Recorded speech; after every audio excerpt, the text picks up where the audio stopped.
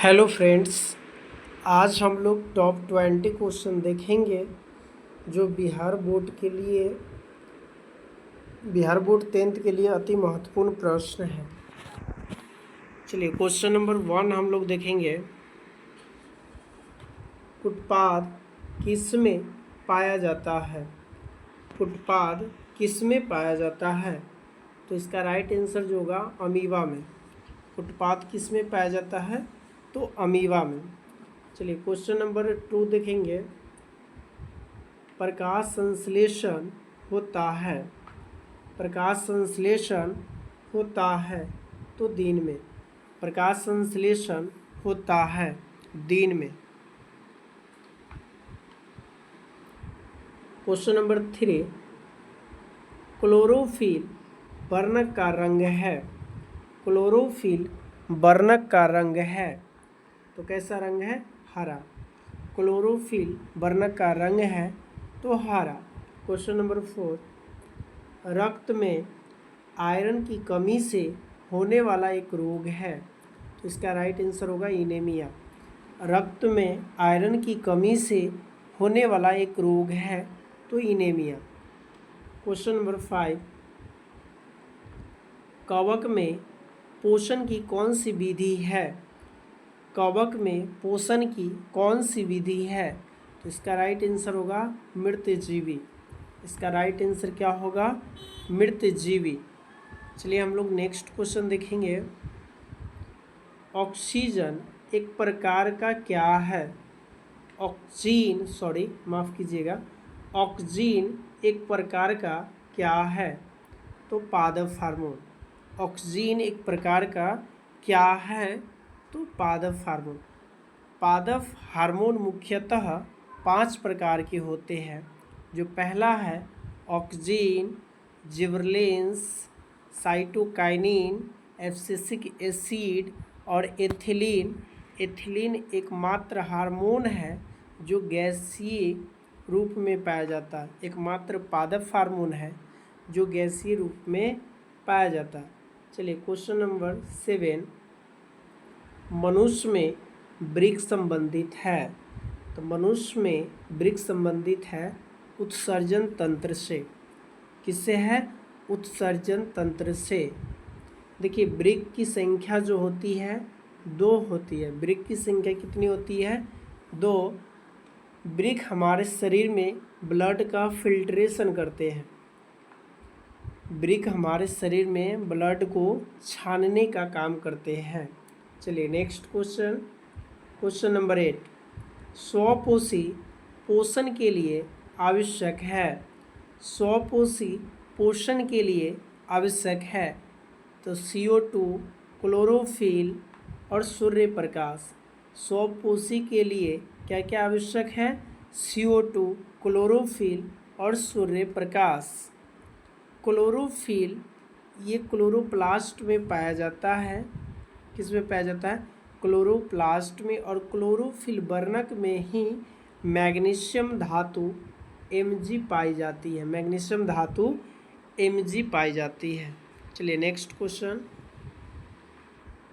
Question number 9, प्रकाश संश्लेषण की क्रिया में ऑक्सीजन बाहर निकलता है तो जल से। प्रकाश संश्लेषण की क्रिया में ऑक्सीजन बाहर निकलता है तो जल से। जल का फार्मूला H2O होता है। जल का फार्मूला कितना होता है? H2O।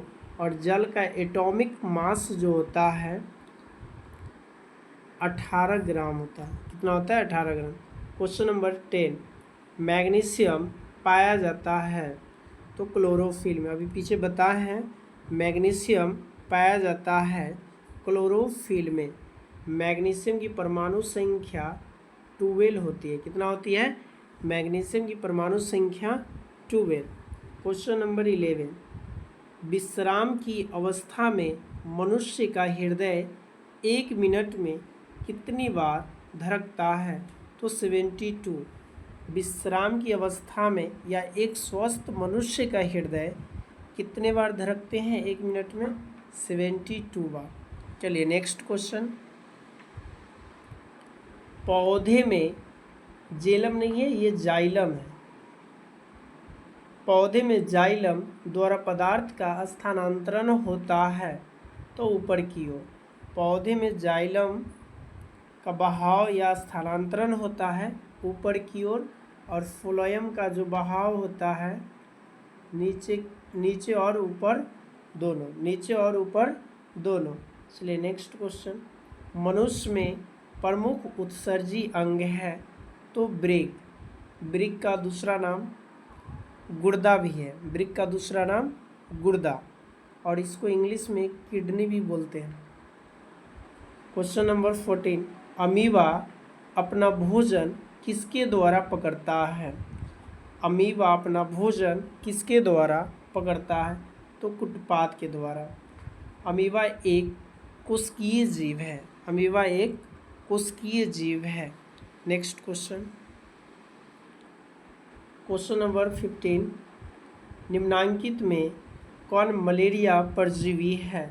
निम्नांकित में कौन मलेरिया परजीवी है तो प्लाज्मोडियम। मलेरिया एक परजीवी कैसा है, Plasmodium. Question number 16। Carbohydrate, protein तथा वसा का पूर्ण पाचन स्थल निम्नलिखित में से कौन सा है तो इसका राइट आंसर छोटी आंत, जिसको स्मॉल इंटेस्टाइन बोलते हैं। Question number 17। खुला परिसंचरण तंत्र पाया जाता है तो तिलचट्टा या कॉकरोच, तिलचट्टा या कॉकरोच। Next question number 18। हमारे शरीर में कौन सा हार्मोन कार्बोहाइड्रेट, प्रोटीन तथा वसा के उपापचय का नियंत्रण करता है तो थायरॉक्सिन। हमारे शरीर में कौन सा हार्मोन कार्बोहाइड्रेट, प्रोटीन तथा वसा के उपापचय का नियंत्रण करता है तो थायरॉक्सिन। थायरॉक्सिन हार्मोन जो है थायराइड ग्रंथि से ये निकलती है जो गला में होती है। Question number 19। श्वसन किस प्रकार का रासायनिक अभिक्रिया है तो ऊष्माक्षेपी।